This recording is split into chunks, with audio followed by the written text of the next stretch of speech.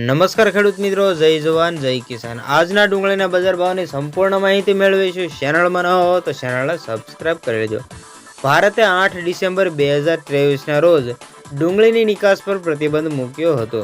ડુંગળીની નિકાસ પર પ્રતિબંધ મૂકવાનો ભારતનો હેતુ એ હતો કે સ્થાનિક બજારમાં ડુંગળીના ભાવને વધતા રોકવાનો હતો, જેથી સ્થાનિક બજારોમાં ઓછી કિંમતે ડુંગળી મળતી રહે। જોકે પાકિસ્તાન ભારતમાંથી ડુંગળીની આયાત કરતું નથી, પરંતુ આ પ્રતિબંધ પાકિસ્તાનમાં પણ ડુંગળીની અસર બતાવે છે।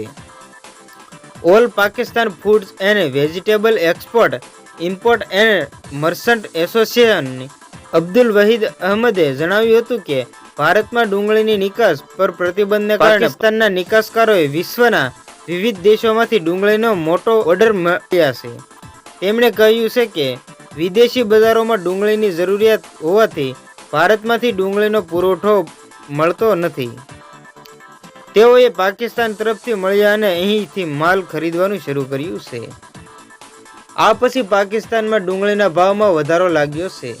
ફળ અને શાકભાજીના નિકાસના કારણે અને વેપારીઓના શાહજાઓએ પ્રતિબંધ લાદ્યો ત્યારે સ્થાનિક બજારમાં પણ એક મણ ડુંગળીની કિંમત 6,000 થી 7,000 રૂપિયા વચ્ચે હતી।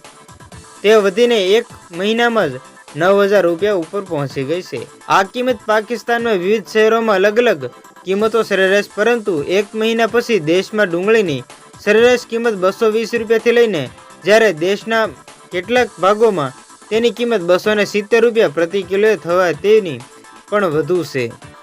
તો આ ભારતે એક નિકાસબંધી કરી છે, તેનું એક આ જોઈ શકીએ છીએ કે પાકિસ્તાનની અંદર પણ તેની અસર જોવા મળી રહી છે।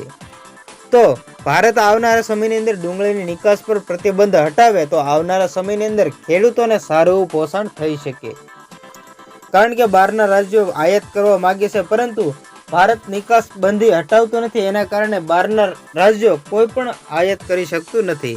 એના કારણે ખેડૂતોને પણ ડુંગળીના બજાર ભાવમાં મળતા નથી। તો આ હતી આજની અપડેટ। ફરી મળીશું નવી અપડેટ સાથે, ત્યાં સુધી બને રહેજો ખેડૂત ખબર યુટ્યુબ ચેનલમાં।